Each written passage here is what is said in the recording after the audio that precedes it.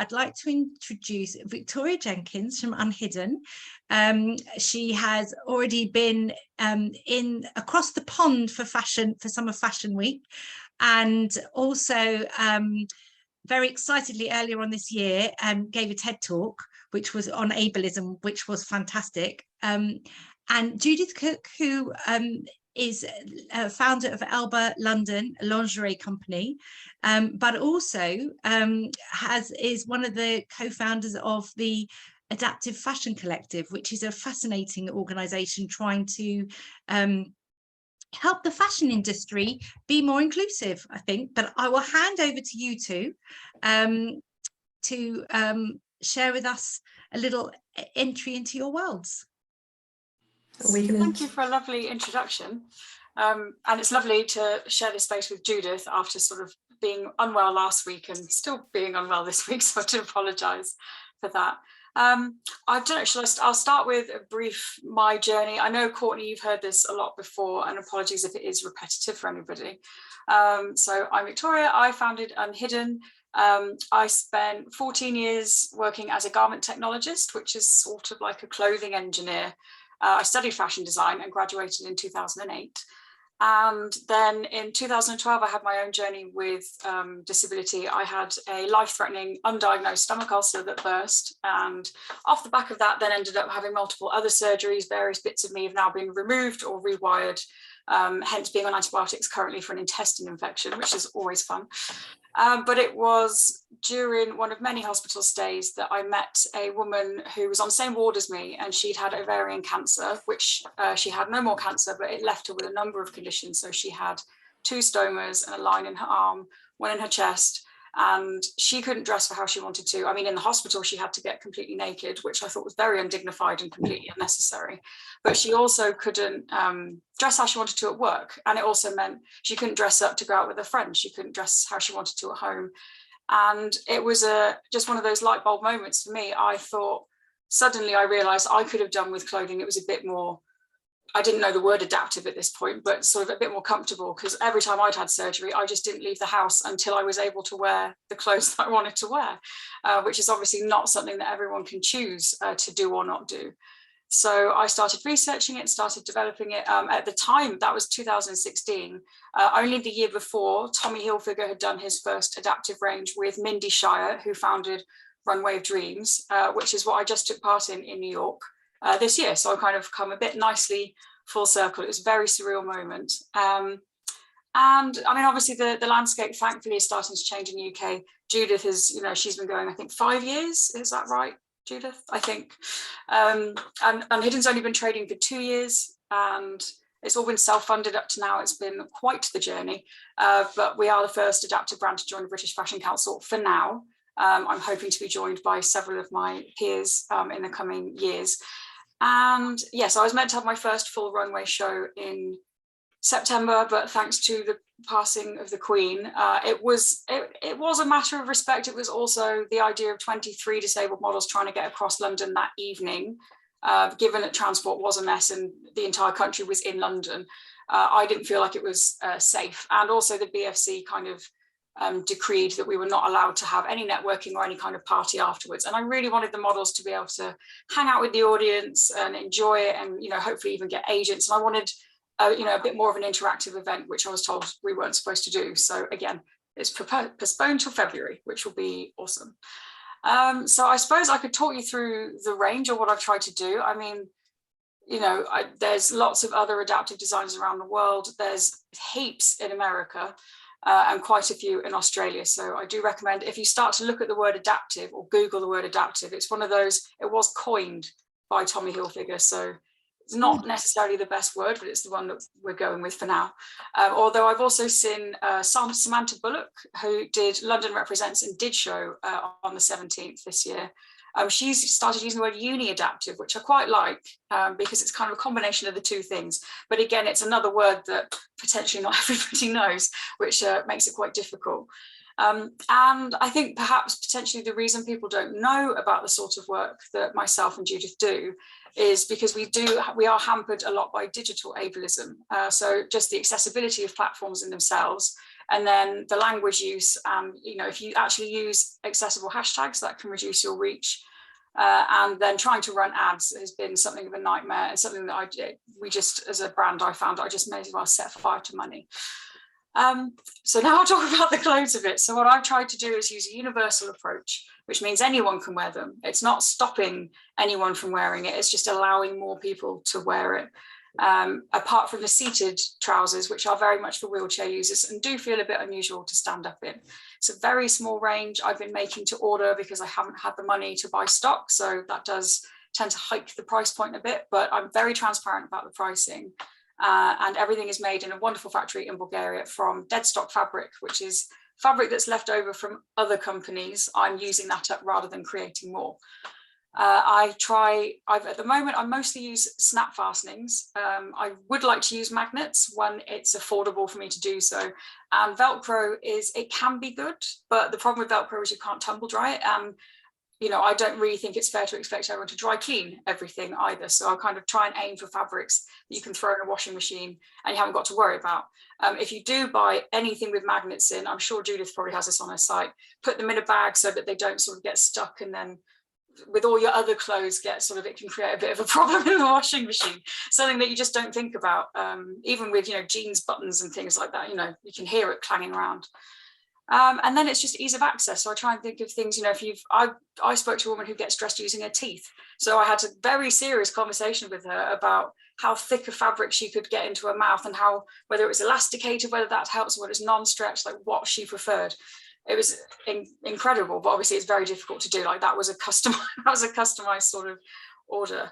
Yeah, I think you know, if anyone has any questions, because otherwise I'll just waffle on, and my brain jumps a little bit everywhere as well at the moment. So yeah, if you have a question specifically, like, please go for it. Otherwise I can talk about why I think the industry doesn't do it, or we can talk about what you would like to see.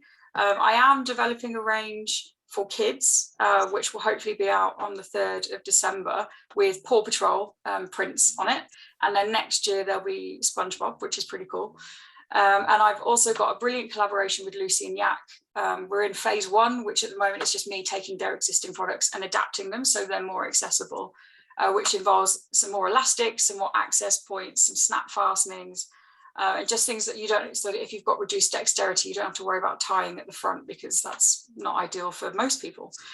What else? And I have a brilliant collaboration with Origin, which is a not-for-profit fashion brand, who has everything made in Kenya. So all of the profits from that company goes back into the community. And for our particular collaboration, the money is going to go into training disabled women over there into the garment factories, like into work. So it's a really special collaboration. I'm really proud of that one. And then it's, I'm just developing more items to sort of expand it. I really want to go into shoes because there's not very many shoe brands, but all of this obviously comes with budget, and obviously being a disabled entrepreneur, my energy and resources are finite, and I'm pretty much hitting the level of what I can do on my own. But yeah, I'll read through some of the questions. I've got a question. Yeah. What's clothing with magnets? I've never heard of that before. You've not heard of magnets in clothing? Yes. Well, that's the thing. A lot of people haven't, and actually, Tommy Hilfiger, I mean, I'm not a huge fan of his because he does use sweatshops, but that's another conversation, and that's not your problem to fix either. But yeah, if you type in Tommy Adaptive, it will come up. I do also recommend having a look at Zalando and Zappos. I mean, Zappos is American based, but they're trying to come over here. So there are quite a few brands that put magnets in. They just, it just does itself up then, which is amazing, really. Takes buttons out of the equation. Thank you. You're welcome. I also recommend having a look at Open Style Lab. They're American, but they have I think it's called a clothing hack kit, and it's got different tools so that rather than doing a button, there's like a hook that you can put through and pull buttons through, and a number of other sort of tips and tricks to help getting dressed a bit easier. Thank you. You're welcome.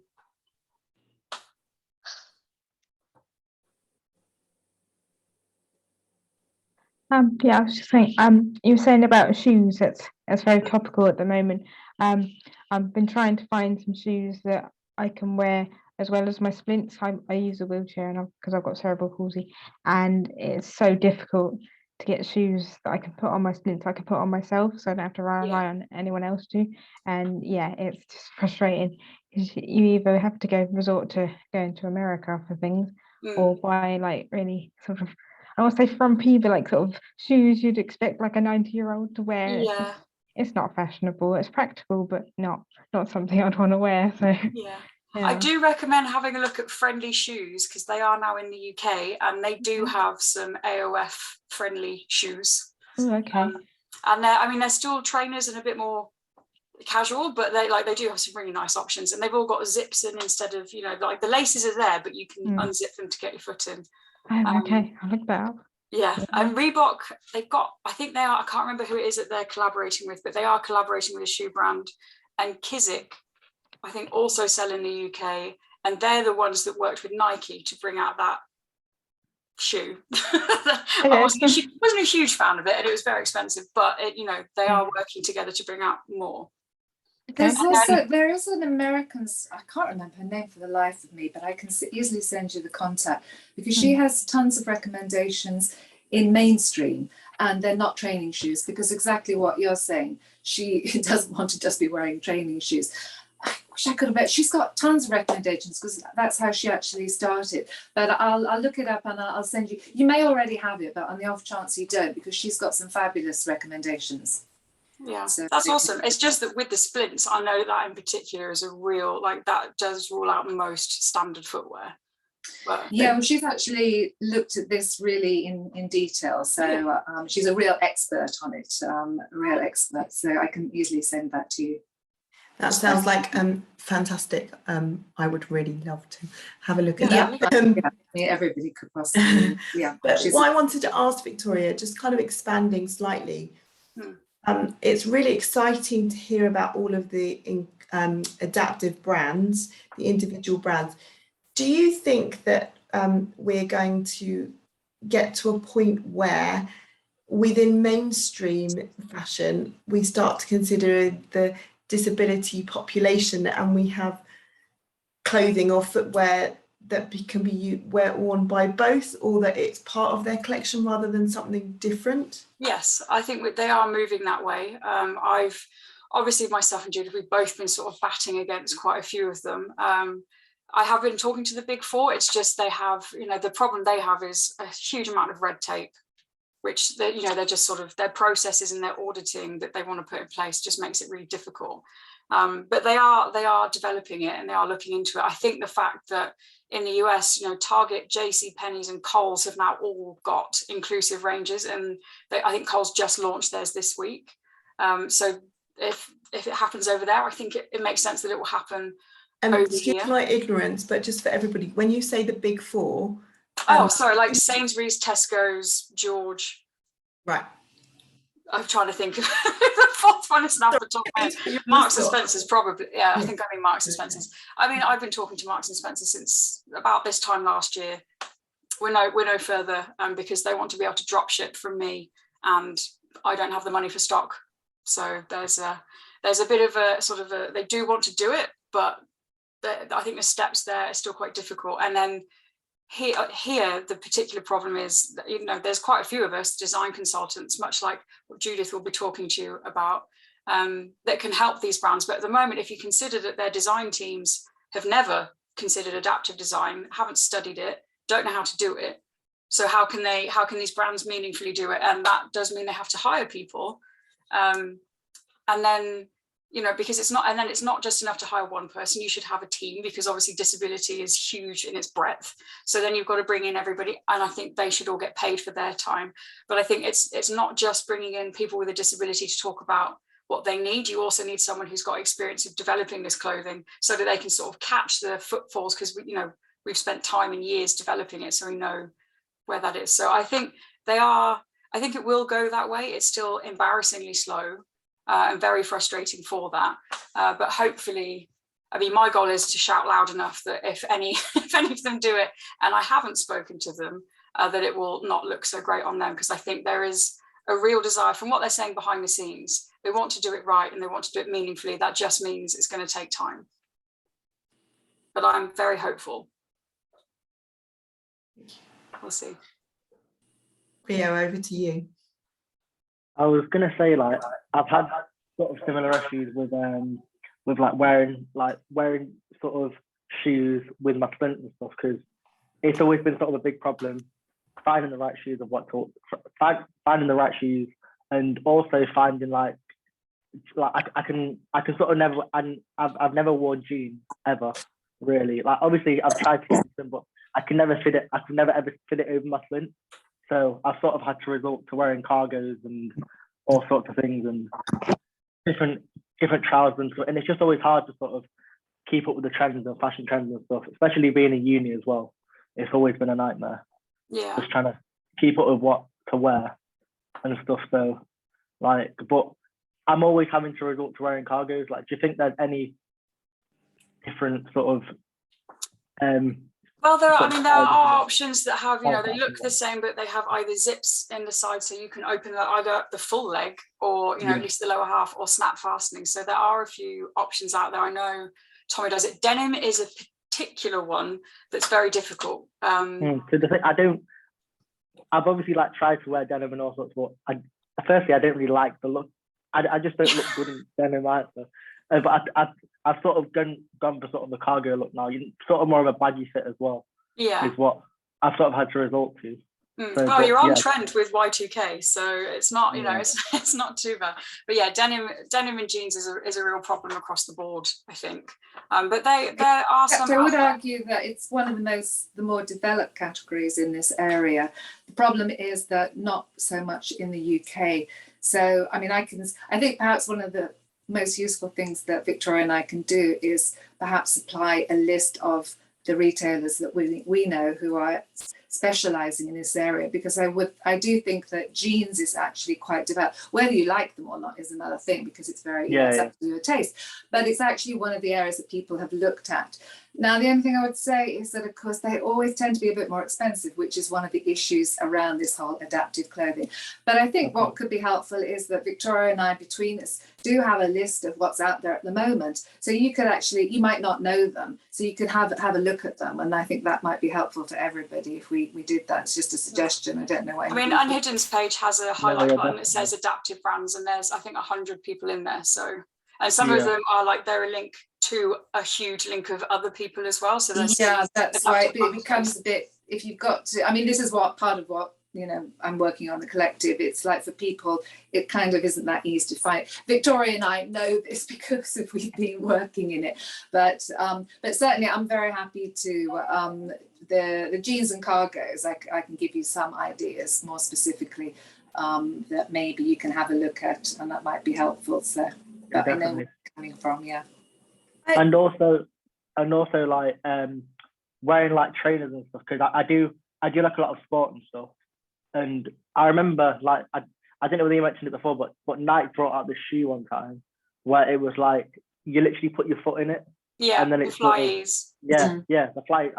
I think they've like sold out, or they've just stopped making them now because I can't find them. But that type of shoe, like the actual design of it was like a good design.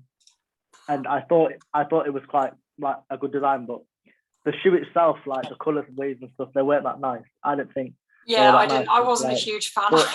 But they are developing more. They are developing the actual like concept of the shoe, and it was like really expensive as well. It's like what, $220. Yeah, it was like a lot of money for like just that shoe. But shoes like that, because I struggle to like always tie laces and stuff like that. But somewhere I can just slip my foot in and not have to worry about it, is always something that could be like, is always like a good option as well. So yeah, I think Judith's referred to a list that she's got from someone who's really experienced in it. So hopefully she will put that in. Like, we'll do some follow up afterwards and make sure the links are over. But yeah, Nike developed with Kizik that particular shoe, and they've invested in Kizik, so that there will be more shoes that hopefully won't be as expensive, and hopefully in slightly different colours, so that you like them as well. Well, and hopefully we'll retail more in the UK is the other thing. Yes. But I think Yeah, Reebok is seriously looking at it as well. Yes, Reebok are too.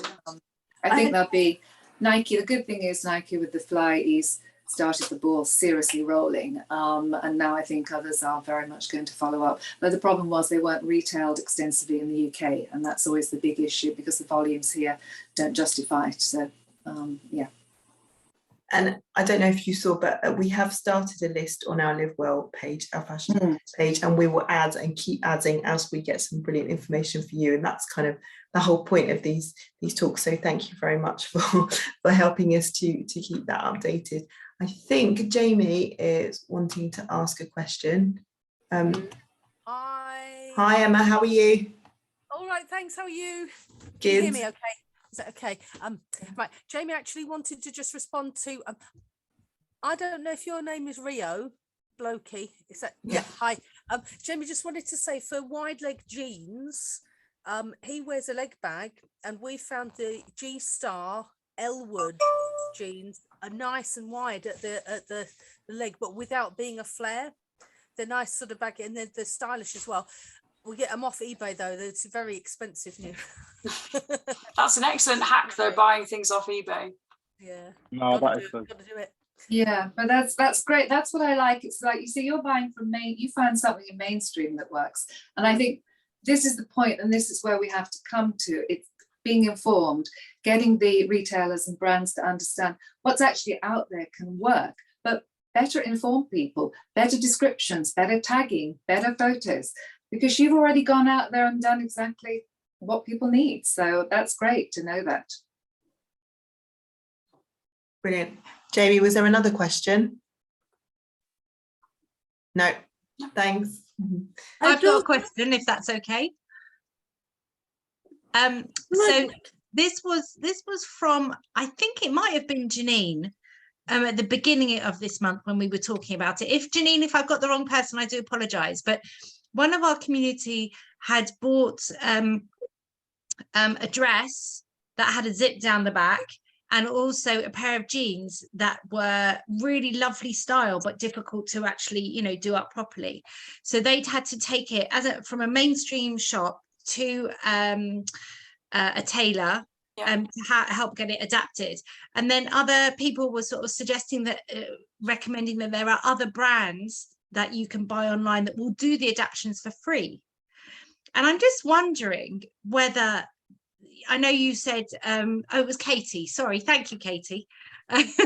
Just looking at the chats. I'm just wondering from, you know, both Judith and Victoria, whether there's that opportunity at all within the mainstream brands to be able to offer that sort of service from an adaptive point of view, or is it just too unrealistic? I mean, I think they can. It's just that's going to turn into disability tax. Like, you'll have to pay more for it. So like, I think they will do it, but I think they need to start coming from a point of building it in. Like, so many things can be built in as standard, you know, like they could take all of their trousers and then change that pattern to a seated position. Done. Then they've got them forever, and they can just apply this to their best sellers. So I think, you know, I think it needs to be built that way. Because otherwise we're having to pay extra for that. It's an excellent hack. I mean, Uniqlo do have, I don't think you can go in there and just buy jeans, they hem them on site. Yeah, I was going to say, I mean, the reality is that any business, when they say that, the most they will do for any mainstream business would be, you know, hemming trousers and jeans to the length that you want. But beyond that, any mainstream, I think, would be very difficult. So then you'd be sending to a specialist tailor. It becomes, you know, the cost, again, it doesn't, for the individual, it's too expensive, I'd suggest. So you get back to that same old problem, you know, how to make it affordable, that everybody should have access to affordable fashion that works for them. So. Yeah, I mean, it is part of my long-term plan. I mean, I wanted to do it this year, but somehow we're in October. Was to film workshops showing people how to do some of the more basic ones and then sort of progressively higher level ones of how you can adapt things, and having those freely available so people can either show it to someone they know who does sewing, or, you know, can take it to a tailor. It's just, again, like to that's quite a production number to get a camera crew to film it properly, the machinist that's much better than me at sewing to make that available. So hopefully I can do that this year, but I think it's probably looking like next year at this point. But you know, there's I've been speaking to a few places that kind of do things like this, where, you know, if you break something, you can send it to them, they fix it and send it back, and it's not astronomical, but it is again still an added payment on top of something else. So I think, I mean, because 80% of people have, you know, with a disability, we're not born with it, but obviously cerebral palsy you are. So it can be, so yeah, it's just that taxation on top of it. So yeah. There's also the reality of the model is that then you have to do, if you think about adaptations, you have to do measurements and movements, which perhaps aren't that easy. And so is the item actually going to come back as you'd hoped it would? You know, it's a difficult one, because I've looked at, I mean, Victoria and I both looked at some of these models for that you can have things adapted. But I mean, I don't know about you, but I can't measure myself for doing things. And they ask all these intricate questions about measurements. And it's like, boy, it's a bit of a leap of faith that it's going to come back, and you've given the measurements. So I think it's a tough one to, it's a lovely idea, but it's a tricky one to get the model right. I think ultimately it will come down to tech development as well, because there's so many people that are trying to do, you know, 3D or 4D printing. I'm like, yeah, but the size of your machines, they're not body inclusive for size. They're definitely not inclusive for disability. So it's, you know, it's, again, I think there are some tech solutions out there, but yeah, it is a case of, I think there is an element, I think we have to start taking responsibility for our clothes and knowing how to measure things slightly, or getting somebody else to do it so that we can fix it. But again, it's, you know, again, it's maybe filming a how to measure yourself thing. I did a slight series on that in 2020, when sort of, you know, doing a bit of a scattergun approach of what can I do that would be useful. But obviously measuring women is very different to measuring men. And then it's actually having to have, a lot of the time, you cannot measure yourself. It's much easier to have somebody else measure you. And then, you know, we were in COVID and trying to teach people how to remotely measure themselves when measuring yourself is not the best way forward. So it's, yeah, there's a lot of problems with it, which I think tech wants to solve, but they've got to invest in the accessibility side of how they resolve it. And from what I've seen so far, they're not even being size inclusive. So, you know, I sort of tried to explain to a tech engineer last week, well, could you get a hoist in there? And when they didn't know what a hoist was, so I had to explain it to them. And then they were very much like, no, we can't do that. I'm like, right, so how are certain people going to benefit from this tech if they're not even being included in this section? And, you know, or could people sit down in it? No. Right, okay, so how a wheelchair user is going to benefit from this? So it's, yeah, I think there's a lot culturally that needs to shift, and in tech as well as in fashion, because I think there is a lot of space where it will merge and it will be beautiful when it works. Can I say a question now? Yes, Courtney, go for it. It's me, it's Shard, actually. Oh, Shard, sorry. Sorry. I haven't got my camera on, actually, sorry. Someone mentioned about shoes, actually. When I go in the standing frame, I use normal shoes such as the Nike shoes, and I put the Nike shoe, before I put the Nike shoes, I put the splints on before first, and then I put the Nike shoes, and then I know it's very hard to find the best shoes possible for using splints, but like the past few years, over the last few years even, I use Nike shoes and they do work. You just need to get a bigger size than your normal size, and then the splints eventually fits, but they're not made to the splints that you need, that you have. They do fit though, they do fit. I think that what Victoria and Judith were saying, though, that I think is really useful is if you have a range of different shoemakers who have these sorts of different styles, because not everyone's foot's the same either, let alone the splint. So then you've got options. It's like when you go you know that a size 14 in one shop is not going to be the same as a size 14 in another shop. So it's just, I suppose, getting to know the makers of these products, really. Yeah. I mean, yeah, sizing is well, Is another issue again. Yeah. Sizing is having spent 14 years working for various different brands where sizing was a drop in the ocean of, like, it was just made up essentially. And then try bra sizing, and you really have hit them. So I know we've got a couple of hands up, but we're coming up for 7:10, and I'm just wondering whether we with that lovely sizing segue into then we'll come back to the questions afterwards, because I think it'd be lovely to hear about Judith's side of things as well. Yeah, sure. And I can keep mine, quick, and then we can, because I think the dialogue is much more interesting for everybody and hopefully much more useful, because from my point of view, I'm much more interested in hearing about what people want. But anyway, so hello, everybody. I'm Judith, and I'm originally, I got into this through, if we go way back when, I have a son who has a learning disability. So I was always aware of his dressing issues from very early on, but I didn't want that to stop him from being able to choose whatever he wanted and dressing like everybody else in his class, etc., etc. So I was always aware of it. I'd always been on school governing boards and all these kinds of things, so talking to other parents who were equally looking for the similar things. But my background is business. I come from a corporate business background. That said, so 5 years ago, I did win a competition with the Design Council for designing and as it was a bra. We were looking very specifically at the issues of how do you actually physically put on a bra, so the functionality.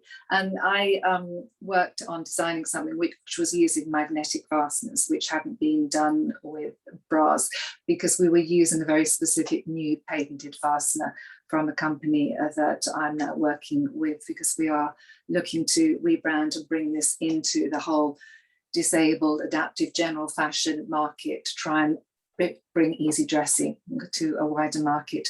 So I still have that business, and we sell in the US and Australia, and also in the UK. So it's an online business, and I say it's very much focused on the ease of dressing, front fastening, but using that magnet so that it literally, as Victoria suggested, it closes itself.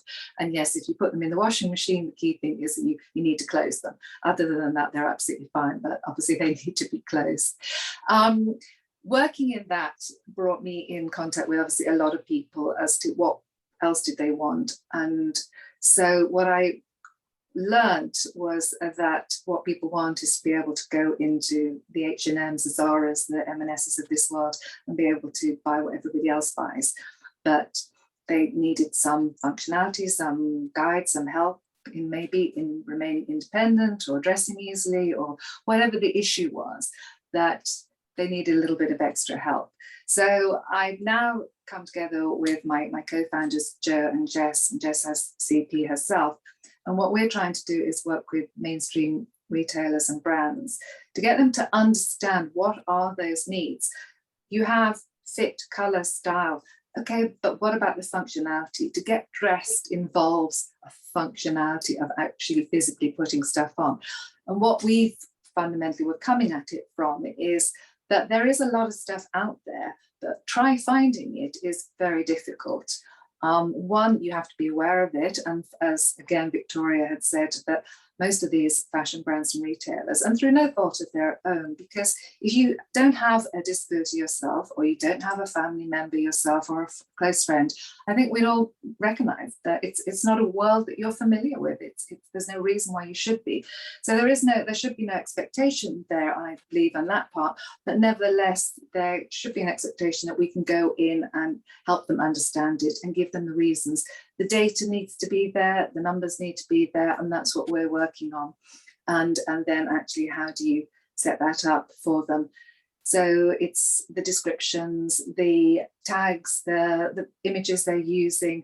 So that's where we're coming, a little bit different from the idea is that there be adaptive fashion brands.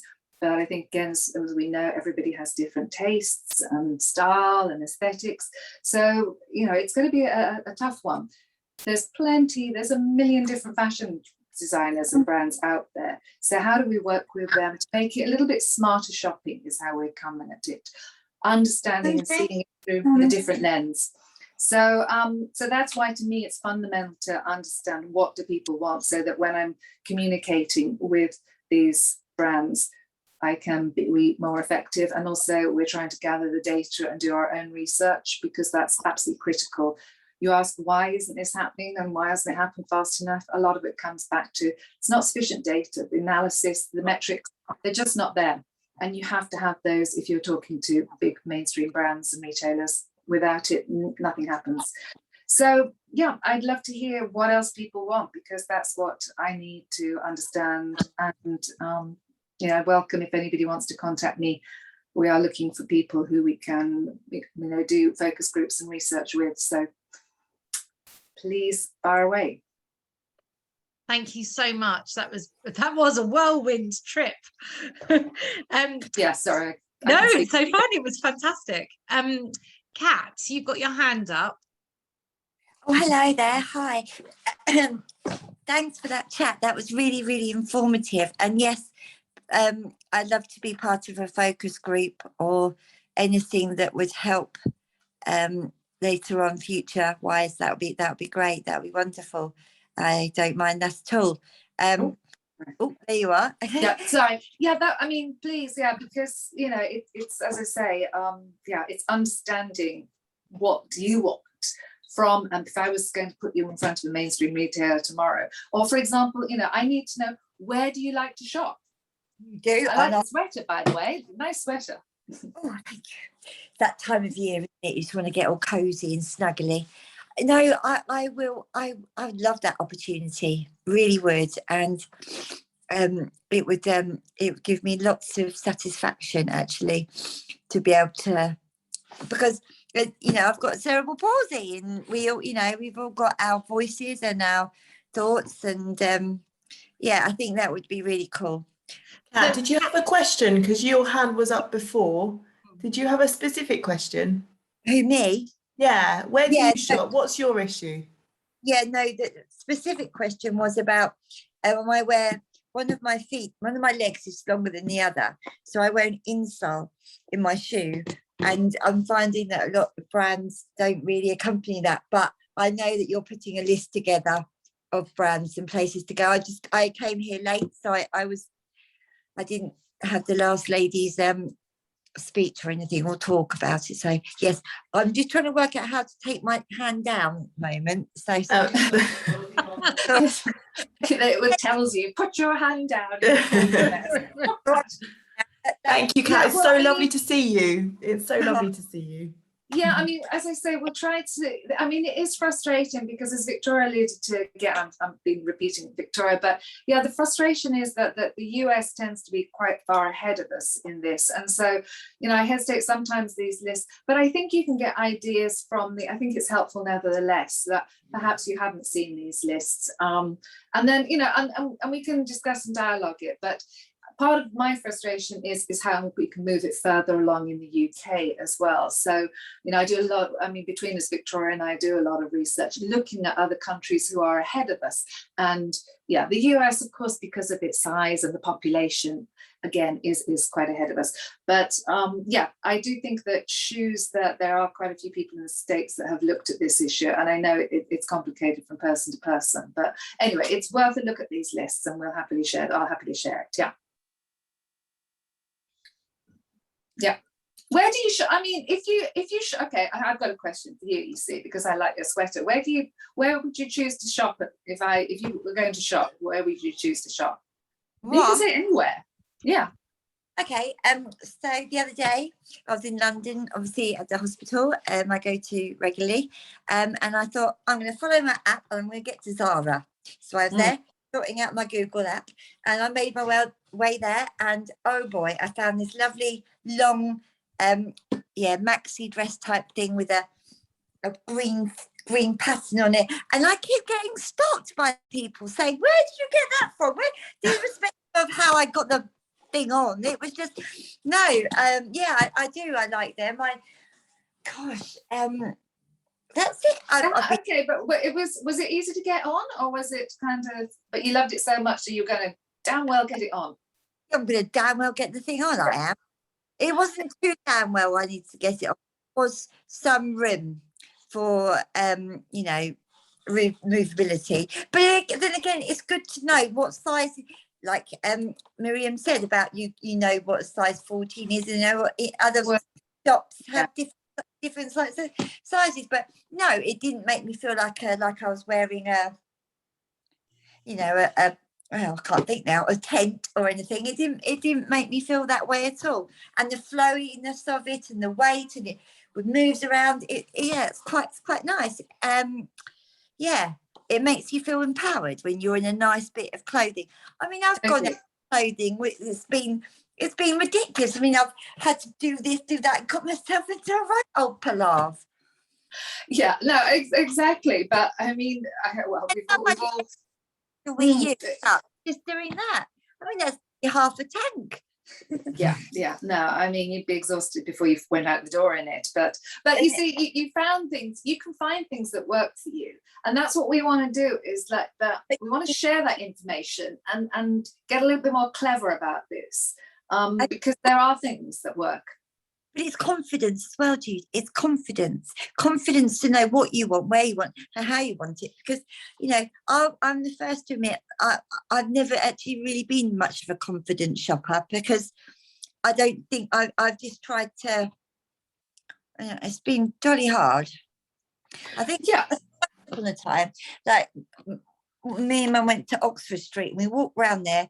Oh God, I don't know how much. It got to the end of the day where it didn't really matter what the price said. It was just the fact that it was sort of half in, half out, you know.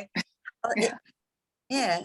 So, you know, and wouldn't you feel more empowered if some of these mainstream retailers were actually, you know, it's just talking to you because they're addressing the functionality. So i.e. if you went into, it's just the, you know, whether it was a label or a description, it just tells you that it's a little bit easier to put this on for the following reasons, because that immediately empowers you. It's not that it's highlighting that it's adaptive or it's because it's just saying, yeah, you know, this is easy for everybody to put on. So why do we have disabled toilets? They're the most enabled toilet in the world.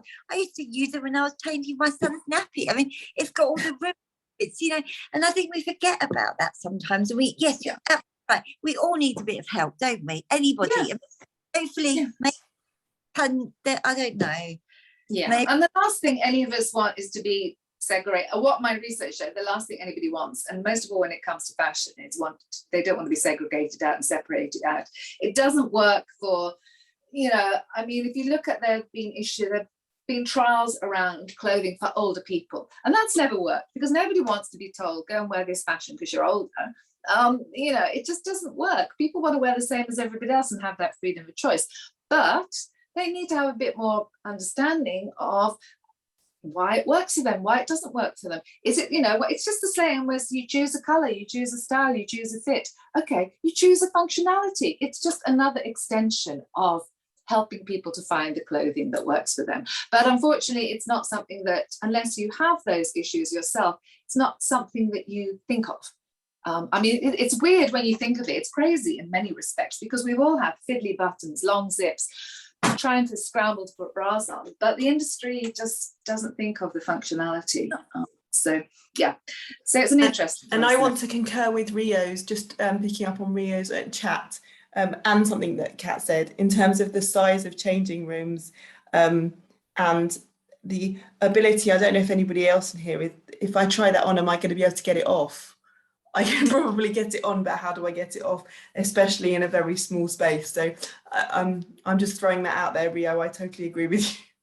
Yeah, totally. I mean, there's obviously those issues then come in, yes, about the accessibility of the shops and about those sorts of things. Absolutely. I'm just gonna put Courtney up because she's got a question. Oh, I think I didn't do that well, but go for it, Courtney, and I'll find Judith again. Hey, so really good, and that's right. So I'm Judith and I'm Victoria in person at a top shop in Cambridge. I don't know if Judith can remember me. Yeah, and but one of the issues that I'm finding is a lot of just closed shops. They are not very understanding on disability. I had the authority and I don't really love to shot at the closed shot, and I'm at times having to sit on the floor because I cannot stand and look around the shop. I'm tired, my legs are aching. So one of the reasons why I'm really happy to have Victoria here and Judith is that the way I met Victoria was through the pop-up shop where not only was there advertising for adapted children, but it's important that Victoria and Judith made the whole experience accessible. And I think that is something we that educate people that it's not just the clothing, it's the whole experience that I think we need to really talk about. And that is why I'm so happy to see Judith and Victoria again. Because of that clothing is important, but although the whole shopping experience needs to be accessible to disabled people. That's all I wanted to say. Thank you. Courtney, thank you so much. That was brilliant. Thanks, Courtney.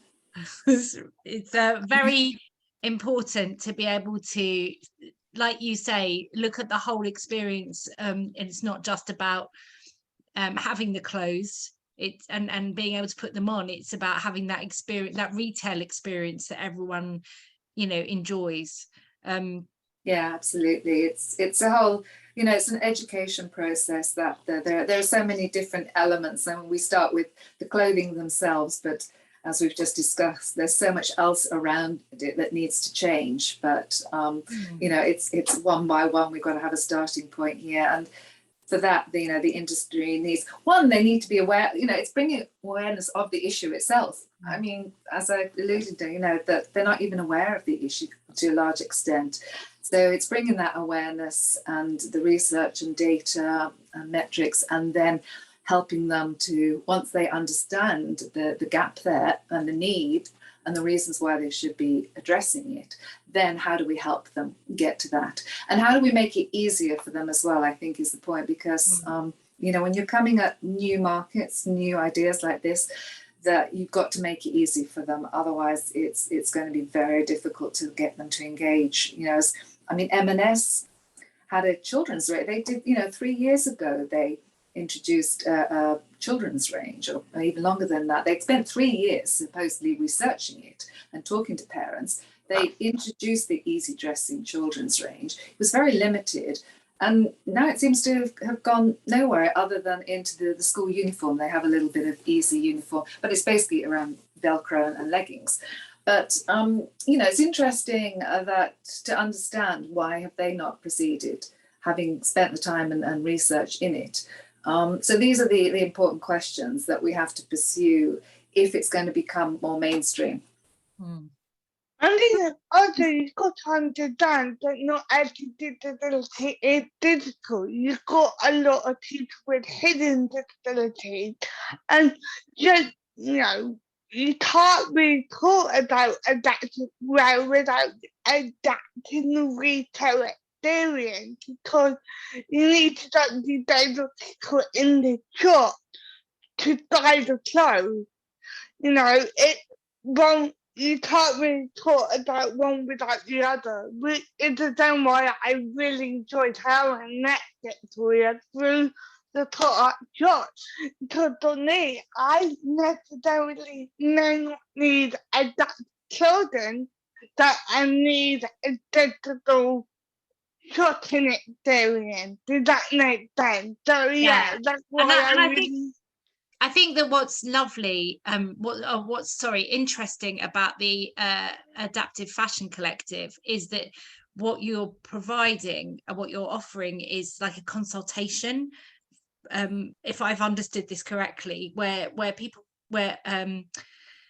designers and can come to you to say, how do I make it more for this, you know, whether it's sensory, it's people with sensory issues thinking about the labels and the seams, or closure and, you know, and zips and things like that. So I think that by what you're doing, having that place for designers to come to say, how do I do it, is a brilliant groundbreaking concept for the fashion industry. It's another stepping stone. I mean, I look at it, I sort of say we're trying to connect the dots, because, you know, adaptive fashion has been around since, and that terminology, I mean, again, it's not my favorite word, but Tommy has, you know, made that mainstream word around this. But the irony is it's been around since the 1950s.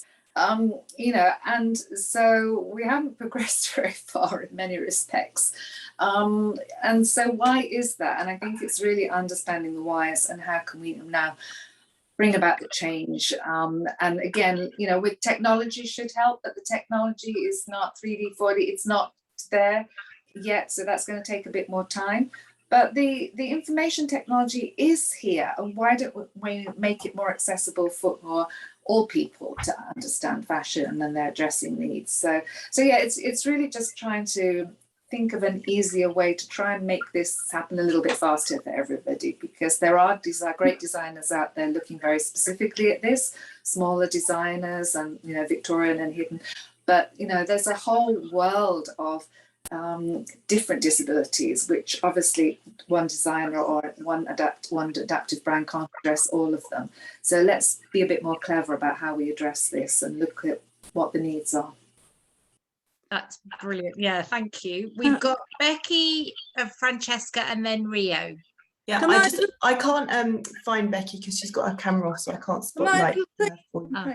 But I just wanted to sort of say that one of the things that is striking me as you're talking is some of the issues, some of the words that you're using are all the same things we talk about when we're talking about joining the dots in the healthcare, that there are people trying to do things on the ground, but why is it not happening globally? The need for the research to back up the issues, to talk to people about it. So it seems like some of the themes are mutually kind of are the same, whether we're talking about healthcare, whether we're talking about the fashion industry or the travel industry. Some of these familiar terms are all coming up, and we've heard that these themes come up time and time again, which I just find really interesting. Maybe that says something. No, I mean, but, you know, you're absolutely spot on, but sad to say, what's the other commonality? It all comes down to money. Yeah.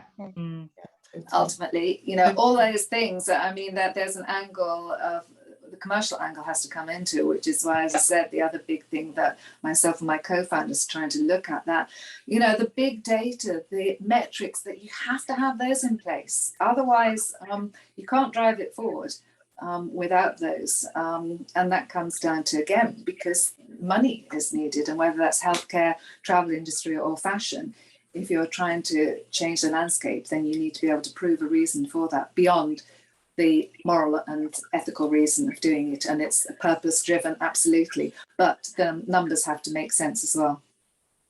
I'm sure that Becky can, that Miriam can hear that. Should we ask Becky if she has a question? Can I go after Becky then? Who's that, Shard? Yeah, that's me, yeah.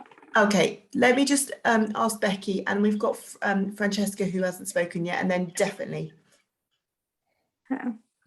Yeah, I was just thinking through a few things when you were thinking about it, when you were talking through various things and reading what people were putting in the chat as well. I happen to agree quite strongly with Courtney and with Rio. I really have to gear myself up, and so does my mum, who helps me, to go and do a shopping trip, especially a shoe shopping. A shoe shopping trip is just a whole other level, but just an ordinary shopping trip. Depending on where we go, sometimes I'm in a wheelchair, but I can walk a small distance, but that also has its own disadvantages, because you then look quite able and you turn up at the fitting room with somebody and somebody's suddenly like, well, why do you both have to go in there, and, you know, what are you up to? And so I think that kind of element, I think the disability community, I think probably quite a significant proportion of us just find the whole thing a bit hard work, which then makes it difficult to get us to engage, I guess, which is a bit of a problem for you, Judith, I guess, when you're trying to kind of bring the two worlds together. How about shopping on?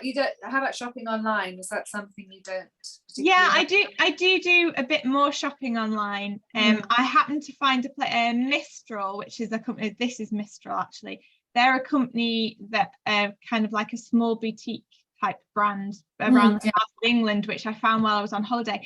But they're quite good because I get cold very easily, and most of their stuff, particularly their like jumpers and things, has some element of wool in. Yeah. Is another thing that sometimes it's about what it's made out of, and I have sensitive skin as well, so I have to be careful about what things I wear next to my skin and stuff like that. So yeah, it was just that it's quite an interesting, and it's quite emotive, whoever you are, and then on top of that you've got what you may or may not want to wear. I was just wondering, because you were saying before Nike didn't really sell their shoes in the UK because there wasn't the market for it. I was just no, it was the size of the and compared to the US. I mean that they're not going to, if they're going to launch a new product, they will look to. So unfortunately, they don't look to trial in the UK. Was what I was because we're too small a population per se, or just because there's not the level of interest that there is. No. It's the size of the population versus somewhere, obviously, you know, the US obviously is huge versus the UK. So it more comes down to that, you know, it comes down to a business decision of the numbers, especially if they're going to be trialing something. So so absolutely, it was just about, no, the interest is there, of course, but it's just compared to the size of the market in the US. So you know, I'm looking at it from my business hat. But just to go back to, so I mean, I think this is where we're trying to figure out a way, you know, what would be, or I mean, well, I'll ask you, would it be helpful if you could go online and there was somewhere you could go which was also addressing, when you were looking at product descriptions, it was addressing issues like, you know, I only want one button, or I don't want a zip, or I want something with a wool content because or a longer back or longer. Now, if they were addressing those, would that be helpful? Yeah, definitely. Yeah. And I think, part of that is about how you write descriptions as well. So if you write decent descriptions, you know, different websites will have different amounts of description, which does or doesn't help you out, I think, as well, I've found. Yeah, but again, if there was something which was much more of a commonality across all retailers that you recognize, maybe it was a symbol or a mark that you could see that, and if you see that, it would then give you a description which was relevant to the functionality and those additional elements. So it's things like that we're trying to work on, which is, it's just understanding more, what does the consumer want in this group, and how can you better describe and deliver it to them. And online obviously is one element. Carrying it into the shop, then one would hope that if they start to understand that, obviously then they need to be training their assistants and looking at the elements, the physical elements within the store as well. But, you know, it's kind of a process here, or the chicken and the egg. So I mean, my only other thing would be I only relatively in the last year or so, because of my CP, I'm quite lordotic, and I discovered some bras. They actually come from Spain, but they've got a posture support in them. And I just thought, with your other hat on and your other business, whether you'd ever thought about trying to produce something with a posture support but with front fastening or anything. I mean, well, bras, the thing is that there are different elements within bras, and if I could just say, never get started on making bras. It's the most technical aspect of making anything, which I didn't know because my background isn't fashion making, unlike Victoria. So I always laugh because it is so technical. So when you introduce different elements like that, it becomes quite technical. And my thing was that when I got involved in this, it was very specific. I was working with versus arthritis, so it was very much around those elements of dexterity. Now, as you say, yes, the posture bras, I'm aware of that. So it's something which, there are different elements. It depends where you want to focus, very much so. but I haven't really sort of looked at the postural elements of it. You know, support, ease of dressing, all those things come into it. So it depends. I mean, again, that's the thing about fashion, isn't it, and clothing. What is your priority here? One, what are your needs? What do you like? What are you looking for? So that's why I think fashion can be quite difficult when you're addressing everybody's different tastes and needs and wants. Yeah. But what do you remember the name of the company? The Spanish company? It's Leonisa. I'll find it and put it in the. Oh, okay. Yeah. I thought I knew every bra company out there by now, but you may be taxing me. It was very interesting. I can't remember why. I was asked something by the physio or something about my posture, and so I googled something and I found them by accident, but they are actually really good. Anyway, I shall find it and put it in the chat for you. But you see, isn't that interesting? You see, you can Google everything, but by accident you found it. But that's my whole point. That it shouldn't be by accident. Somehow we can make it a lot simpler. A lot of this stuff is out there, but we're not aware of it. Or a lot of people with disabilities or very stressing needs, they're just not aware of it. And it's so damn hard by the time you Google everything. I mean, there's the overload of information. It always enough to drive anybody crazy. So it's just how to address that issue is something else we're looking at. So that's there. But interesting, you see, you said you Googled it and found it by accident. Mm-hmm. Oh, brilliant. Thanks, Becky. Francesca, welcome. Hi. And Hi, Francesca. I'll hand you over to Judith for your question. Judith, it's more, I'm of the generation that, you know, we were given the red shoes by orthotics at 5 years of age and told, this is your lot, this is your fashion. And I think it's, for me, like Beck, I think it was Becky who said, I have to build myself up to going shopping because you'll find a beautiful dress and you think, right, I need shoes to go with that dress. And then finding the shoes, not finding ones that fit the inner soles or has too high of a heel or things like that. And you then end up in tears because you're like, well, I'm not going to wear the dress anymore. I'm not going to, you know, I'll just put on my jeans and my trainers and stuff. And I've recently been fitted with the FES system, went along to be fitted and said, okay, how do I adapt it for clothing? Because it's two bulky units that sit on my hips. And the gentleman said, you put them in your pockets. Okay, but if I'm wearing a dress, how do I get the wires up? How do I feed the wires down my leggings? You know, it's all that type of thing that these are people providing the service didn't have the answer. You know, I've trawled so many shoes and finally settled on Doc Marten boots and to be told by the orthotist they're the wrong shoes. And I said, okay, well, what are the right shoes? Trainers. And I'm like, trainers have never worked for me. I flop about in them.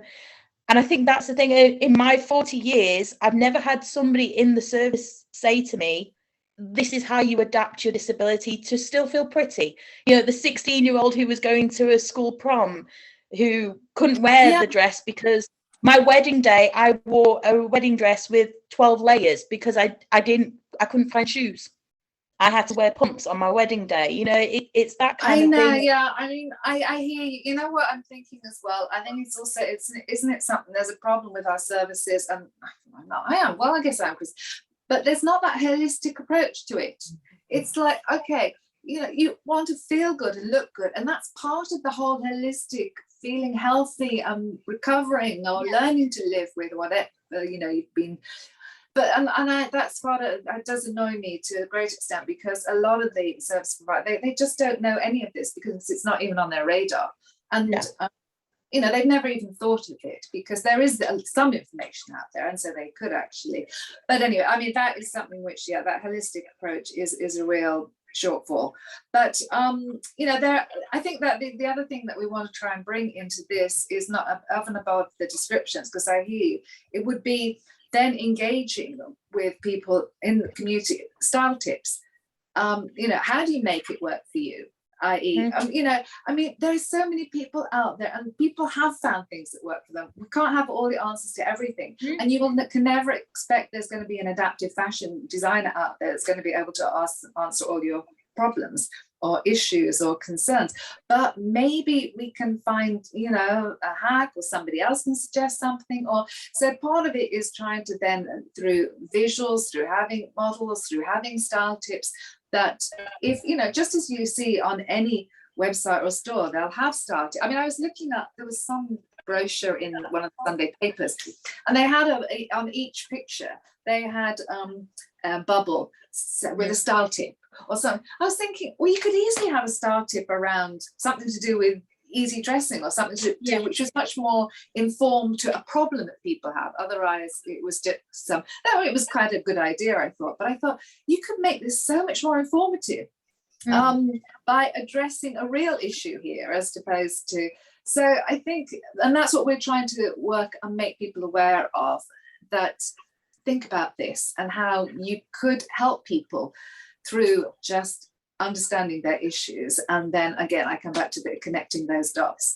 But I know what you're saying, that, yeah, because, and the other thing is, very few of us have, I mean, to go into a shop and choose something you think you look good in, and it's like, oh God, you know, and then you get it home, and then you sort of, or if you're looking online, and then, and exactly as you say, I mean, the wonders of being a woman, then you need the shoes and the bag, and the whole flipping thing becomes a nightmare. So, you know, but if you've got the added addition of whatever else you need, you know, that complicates, it's another layer of complications. I absolutely hear you. Yeah. Especially, like, you know, you go, I'm a size 6, but I've had to buy a size 7, 7.5 shoe sometimes, because I can't even get my foot into the shoe because I'm wide footed and things like that. And so then you've got the added fall risk, because you've got a whole size above what you're normally wearing. And I think it's just that, like you say, it can't be a one size fits all kind of solution. But I think it's helping with having social media and stuff, that we can find out more now. You know, if people are saying this is what's worked for me, that, and like you say, some sort of labeling in normal clothing today. Yeah, I think we can do better with, and that's what we're trying to work on, is not overcomplicate it to mainstream design, because it has to come from, to make a real difference, it has to come from the mainstream fashions, where everyone wants to shop, plus the price point, of course. And that's the other thing that I'm driven by, is that because the price point is what we have to be sensitive to. A small brand is of course going to be charging more by necessity until they get to a larger capacity. But so, you know, it's like, okay, let's see how we can make it work better. It's not going to be perfect. I'm not suggesting it's going to be perfect overnight, but we sure as hell can make it work better. The technology and the you know, it's out there, and we just need to join the dots. So yeah, I hear you. Yeah, especially I know my daughter's school, there's loads of children her age who don't have a disability but hate labels and seams and things like that. And it's only through conversation with other mums where they go, well, have you tried the sock shop? My daughter can only wear bamboo tights because otherwise it irritates her skin. I had to search for all of that kind of thing, you know, and it is, if they just labeled it a bit better, you'd be able to find it better, you know, so it'd be in the interest of the company, because it's not just people with a disability looking for it, it's the mom of the 8-year-old who refuses to wear tights that have a label. Exactly, but it's just, as I say, it's for, unless you have actually had this discussion or thought about it, and as you say, it's talking to other parents or other people in your community, that for you it's an obvious problem, but when you go and present it to the mainstream retailers, they haven't thought of the problem. They haven't, you know, it's just, so that's what it is. It's trying to, one, bring the problem up to them, and then, you know, there is obviously a bigger argument, as I say, around the data and the business case. But yeah, it's exactly as you say. And then just making it more easily available. Yeah. Brilliant. It sounds like you've been living my life. Never worn a short dress in my life because I can't get the shoes. So I hear you, and having a daughter who won't wear labels either, so it feels like it's the same. I think that Shard, we said that Shard would go next. Yeah. Can I just say, have you thought of a I don't know how to make it dignified. Trousers that, when you have an accident, you don't it doesn't go through your clothes. It dries up specifically, and you're, in a way, you're, I don't know, cleaner, or until you actually sort yourself out, or is there, have anyone thought of an idea like that? I'm just wondering. They have that for children, I know, that kind of technology material, because I know my daughter has underwear that's waterproof until you can clean. So it's whether that would be adapted for adults. There is quite a lot now, because that, there's, it comes from the period pants, because of the technology for period pants, which of course can be developed in a similar fashion. So there's actually quite a lot out there. I mean, if you want me to, so if you're talking about the underwear brands, I mean, I can give you a list of brands which, because they have gone sideways from doing period pants into whether you need to incontinence or whatever additional needs one might have around underwear and pants. So I can give a few, I can let you have a few ideas around those as well if you want to put them on your site. Yeah, okay. Would you like to have my email off Marion and Emma? I wouldn't mind to give it to you this way. I've taken a note of some of the people that said they'd be interested in talking more for a focus group with Judith. So yeah, I would be interested of a focus group as well, Judith, by the way. Okay, so anyone who's interested in being part of a focus group, just mention it in the chat, and I'll pass that information. I'll work with you to pass that information to Judith. Okay. Yeah, that's the easiest way for sure. Great, thanks. And I've just put Becky on the screen. Yeah, she just wanted to come back to, she's got an idea for Francesca. Francesca, have you been given one of these with your FES? It's a leg cuff. Oh, no, I haven't. So you usually have to have been on it. It depends how long you've had your FES for. I had to have my SES trial for about 18 months. Mm-hmm. And once they were happy that everything worked and it fitted, they gave you this. So it fits on your leg like the top of an AFO would. And your box attaches to it. And then you have a wireless connection to your foot switch, which stops, especially if you've got limited arm mobility like I have, stops you pulling all the wires out when you're trying to pull your trousers back up and down. And it also allows you to wear skirts and things without having the problem you've got at the moment. Yeah, because I know this morning on the school run, the heel connector came loose halfway through walking, and I was like, having to swip everything off, and then the cuff that they gave me fell down my leg, and I was just like, I'm done with this for today. What's it called, Becky? They call them leg cuffs, but they're more, so that might be something to try out, Francesca. I don't know. But yeah, I don't know where you go for your FES, but that was what they gave me to try and stop me, because I kept pulling out the electrodes when I was pulling my trousers up and down. Because I only, being a hemi, I only mainly pull on one side, so I was causing a bit of havoc. So that is one thing. The other thing I have tended to find is either stretchy jeans, because obviously this becomes a bit more bulky when you're trying to get your trousers on because it's got the box on it. Stretchy jeans, or like walking trousery type things. The other thing I do have, which my specialist and my physios really love, I don't know whether anyone else has come across this, I have a pair of walking trousers. I didn't buy them for walking, I bought them because they had enough space in them so I could get splints on and off and stuff, but they unzip just above the knee, which is really great if you need to go in and have your Botox, or your physio wants to see your calf muscles when you're walking, because you can just unzip the legs and do what you need to do and then zip them back on again. Okay, I haven't heard of these as well. Okay. Anyway, I've bored you enough with the hacks that I have got now, so I'll Top disappear tips, again. Becky. I should have spoken to you earlier. Yes, I was going to say you could do a whole consult with Becky alone here. Yeah. Okay, so I think we're going to have enough time for the 2 more people that we've got hands up. We've got Rio and Dean. I don't know who wants to go first. Rio, I found you first, so I'm going to put you on first. There we go.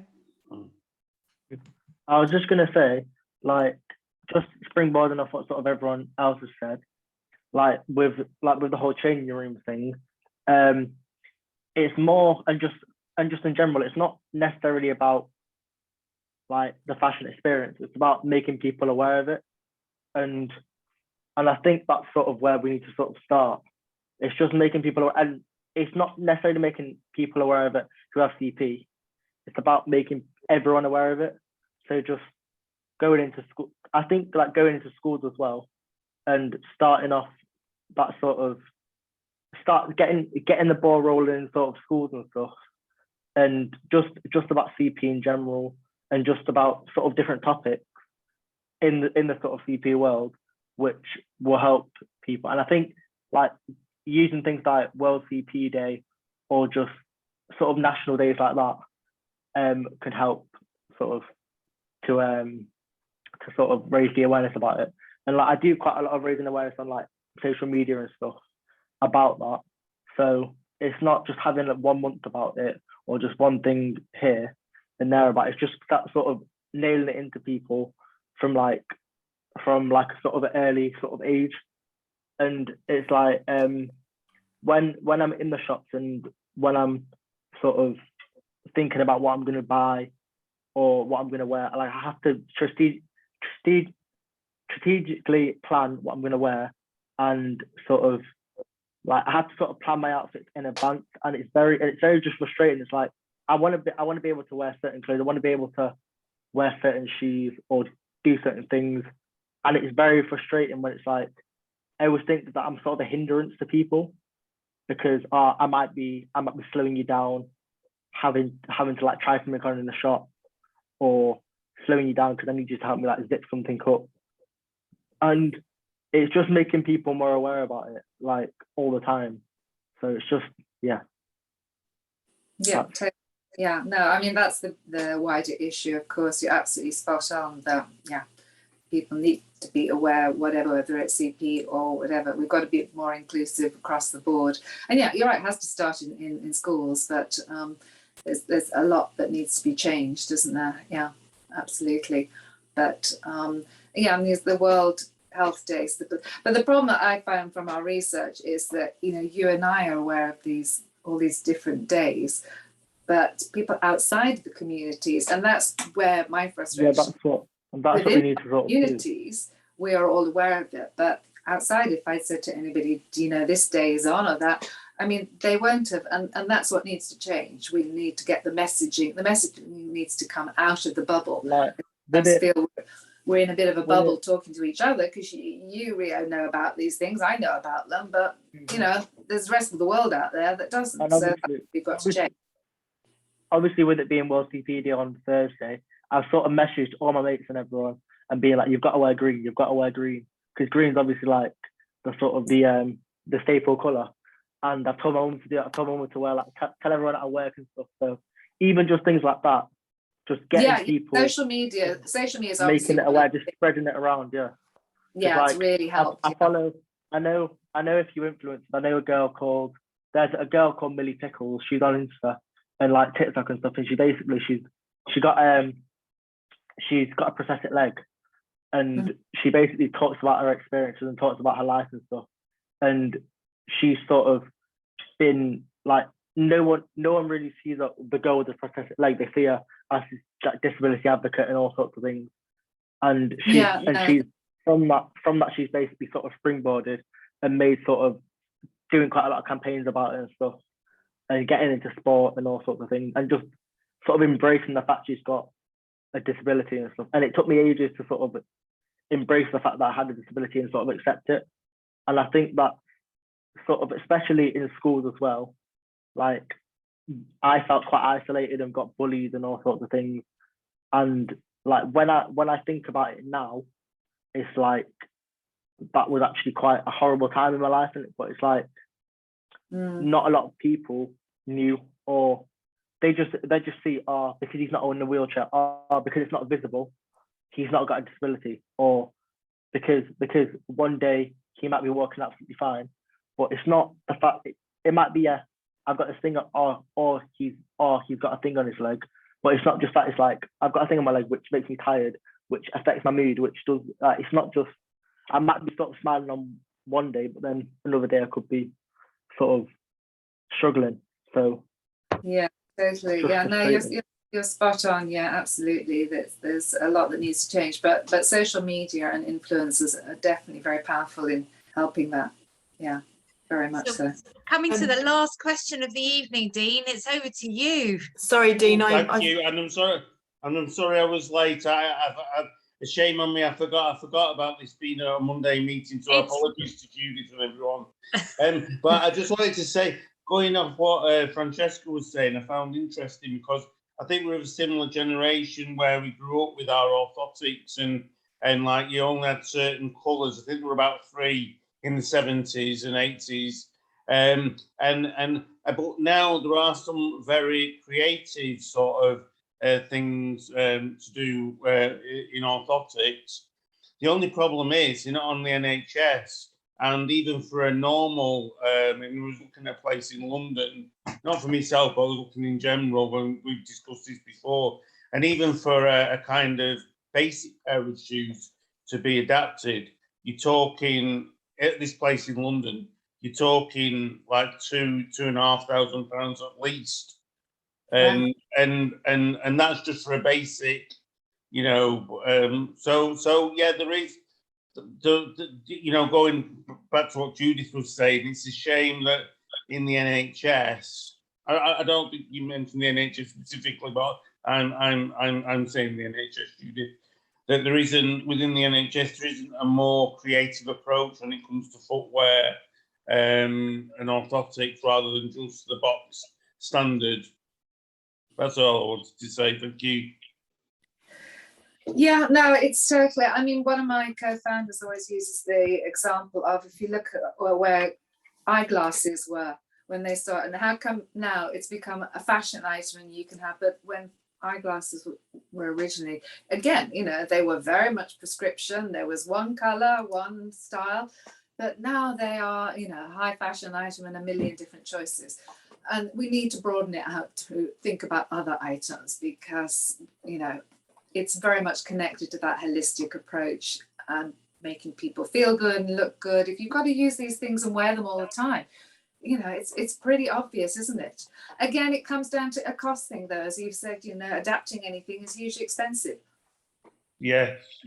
I mean, the most creative thing I never had a pair. I was very envious of people that did, was the Pedro type boots. I would have loved a pair of those. Because it looks at, I know some people, I know Becky's looking, I don't know, I'm thinking, oh my God, probably what she said, I don't know, but if you, I've never had them, but it looks better than my shoes, anyway. Yeah, no, it's a tricky one that they're very slow to look at. Well, certainly, let's not even get started. The NHS, so it's going to come. But hence, that's trying to work with wider mainstream fashion to get them to have a bit of an understanding of who is your customer out there and why aren't you talking to this customer, and you need to be talking to them. So we come back a full circle, because then maybe things will change and you might have a bit of choice. But I think it's such a lovely place to bring the whole session to a close. What a great timing. Although, Dean, I have to say, brown Pedro boots when you want black shiny ones like your friends. Sorry, I don't agree with you there. Thank you so much, Judith, for coming this evening. I've definitely learned a lot about what all the different issues are.